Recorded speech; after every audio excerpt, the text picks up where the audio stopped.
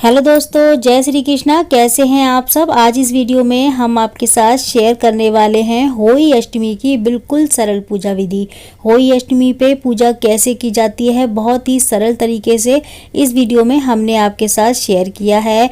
होली अष्टमी 24 अक्टूबर की है। आप सभी को होली अष्टमी की ढेरों शुभकामनाएं। होली माता आप सभी की संतानों को खूब लंबी उम्र दे, स्वस्थ रखे, तंदुरुस्त रखे। तो चलिए फ्रेंड्स, वीडियो को चालू करते हैं और देखते हैं कि होली अष्टमी की पूजा कैसे की जाती है। तो देखिए, सबसे पहले हमें उत्तर या पूर्व दिशा में चौकी लगा लेनी है।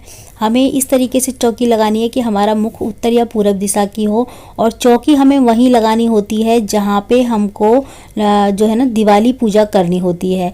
तो दिवाली पूजा जहाँ होती है वहीं चौकी लगाएं आप, क्योंकि इस घड़े को ना दिवाली तक हिलाया नहीं जाता, मतलब कि उठाया नहीं जाता। तो आप पहले से ही डिसाइड कर लें कि आपको दिवाली की चौकी कहाँ लगानी है, किस तरफ लगानी है, मतलब कौन सी स्थान पे लगानी है। उत्तर या पूर्व में ही लगानी है, लेकिन कौन सी जगह लगानी है उस हिसाब से आप होली अष्टमी की जो है ना इस तरीके से चौकी लगाएं। ठीक है, पहले से ही इस चीज़ का आप देख लें। और फिर इसके बाद हमको चौकी लगानी है, थोड़े से अक्षत रख के माता रानी की और भगवान गणेश की स्थापना करनी है। फिर कलश में जल भरना है। कलश को आप रात भर भिगो के रख दें, नहीं तो ये दिवाली तक बिल्कुल सूख जाएगा। अगर आप रात भर भिगो के रख दोगे ना तो कम से कम आपका आधा घड़ा बच जाएगा। इस जल से ना बच्चों को स्नान कराया जाता है दिवाली वाले दिन सुबह सुबह, इसीलिए दिवाली तक रखा जाता है। तो फ्रेंड्स, इस जल से ना हमको तारों को अर्घ नहीं देना होता।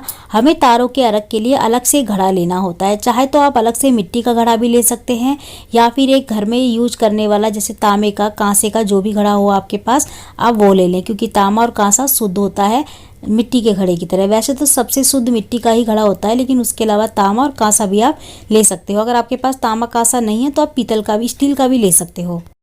तो इसको भी हमें वैसे ही भरना है दूसरे घड़े को, जैसे हमने मिट्टी वाला भरा है। थोड़ा सा जल, गंगा जल डाल के थोड़ा फिर जल से भरना है।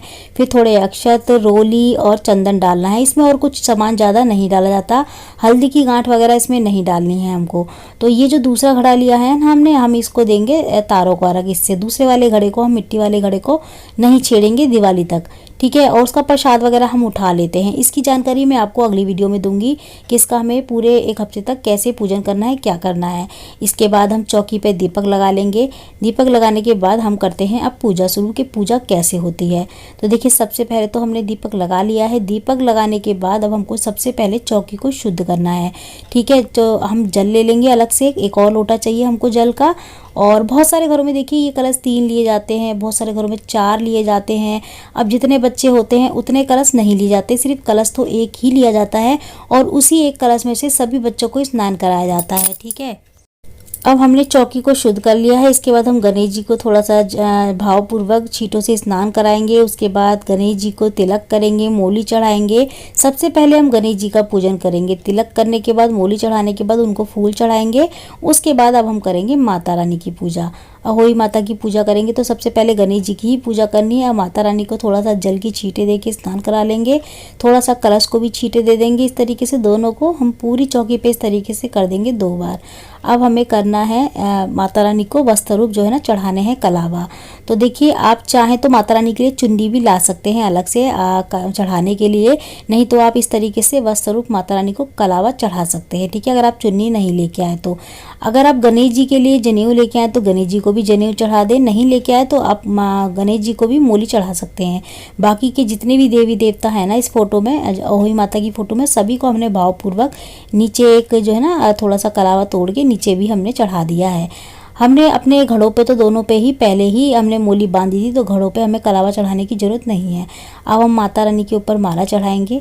जो माला आपको मिल जाए तो आप ज़रूर चढ़ाएं, गेंदे के फूल की, जो भी माला आपको जैसी भी मिले आप माता रानी को चढ़ाएं। नहीं मिलती तो कोई बात नहीं, बिना माला के भी आप पूजा कर सकते हैं। थोड़े से फूल ला के फूल चढ़ा। वैसे तो देखिए, बिना फूलों के भी पूजा हो सकती है, लेकिन फूलों के बिना ना पूजा कुछ अधूरी सी लगती है, इसीलिए फूल, माला ना सही लेकिन फूल जरूर लेके आएँ। एक फूल हमें उस घड़े के ऊपर रखना है।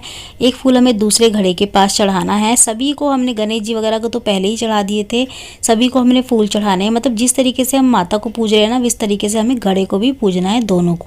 तो दोनों घड़ों को ही पूजना है। बस फ़र्क इतना है कि दूसरे घड़े को हम अर्घ दे देंगे और पहला घड़ा जो हमने लिया था उसको हम रखेंगे।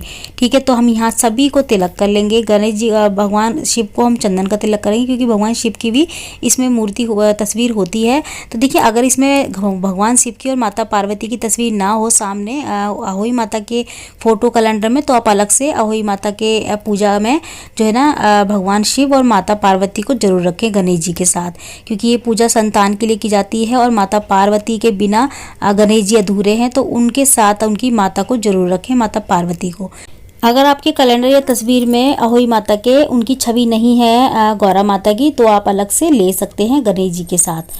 ठीक है, और या फिर आप सुपारी की भी बना सकते हैं, छोटी सी कलावा लपेट के। अब हमने अहोई माता की तस्वीर में जितनी भी प्रतिमाएं थी, जितनी भी छवि थी, सभी को हमने तिलक कर लिया है। चंदा, सूरज, भगवान गणेश, भगवान शिव, जितनी भी तस्वीरें, लक्ष्मी माता, पार्वती माता, सभी को हमने तिलक कर लिया है। उसके बाद हम चढ़ा देंगे सबसे पहले गणेश जी को भोग प्रसाद। जो भी आप लेके आए हैं, जैसे सिंगाड़े, जो भी ऋतु फल लेके आए हैं, वो सभी आप चढ़ा दें। अगर लेके आए हैं तो ठीक है, वरना आप खाली सिंगाड़े ही लाके उनको भी चढ़ा सकते हैं।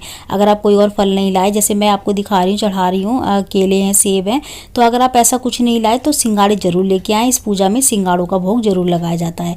तो कुछ ना लाएं, कोई भी फल ना लाएं, आप सिंगाड़े ले आएँ, खाली वही सबको चढ़ा दें। तो सबसे पहले हमने गणेश जी को चढ़ाए, फिर माता अहोई माता को चढ़ाए। हमने अहोई माता को 5 सिंगाड़े चढ़ाए हैं। उसके बाद हम जो भी भोग प्रसाद बनाते हैं, जैसे कि इस व्रत में जो है ना, खीर की जगह पे आप जो है ना हलवा बना सकते हैं। खीर नहीं बनाई जाती अहोई माता के व्रत में। दूध की कोई चीज़ आप जैसे खा ही नहीं सकती माँ, कोई दूध की चीज़ जो व्रत रखती है वो।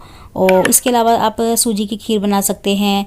और अठियावरी निकलती है, इसमें 8 पूड़ियाँ निकलती हैं माता के नाम की। तो हलवा और पूड़ी का माता रानी को भोग लगाया जाता है इसमें। और ये वाला जो प्रसाद हमने रखा है ना भी, अठियावरी और हलवा और जो भी आप फल वगैरह कुछ भी रखें, सब्जी वगैरह साथ में, उसको हमें किसी को देना होता है। मतलब जैसे मंदिर में भी दे सकते हैं आप, पंडित जी को, आपको खुद नहीं खाना, मंदिर में दे सकते हैं पंडित जी को, या अपनी सास को, नंद को, जेठ को, ससुर को, किसी को भी दे सकते हैं थाली। देखिए, जैसे करवा चौथ पे हम लोग थाली निकालते हैं ना, सुहाग का सामान और खाने की थाली, वैसे ही इसमें भी निकाला जाता है अहोई माता के व्रत में। अहोई माता को पहले चढ़ाया जाता है, फिर माता को चढ़ाने के बाद ये दिया जाता है। देखिए, इसमें अगर आप श्रृंगार का सामान नहीं चढ़ाना चाहते थे, क्योंकि ये व्रत ना सभी लोग रखते हैं।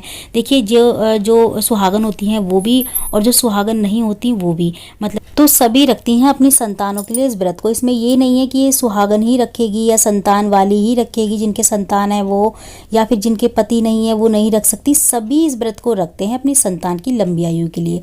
तो इसमें आप चाहें तो श्रृंगार वगैरह का सामान स्किप कर सकते हैं। देखिए, 2 चीज़ें, अगर आप सुहागन हैं तो 2 चीज़ें कम से कम श्रृंगार की जरूर चढ़ाएं माता रानी को। और कपड़ा इसमें जरूर चढ़ाया जाता है अहोई माता को।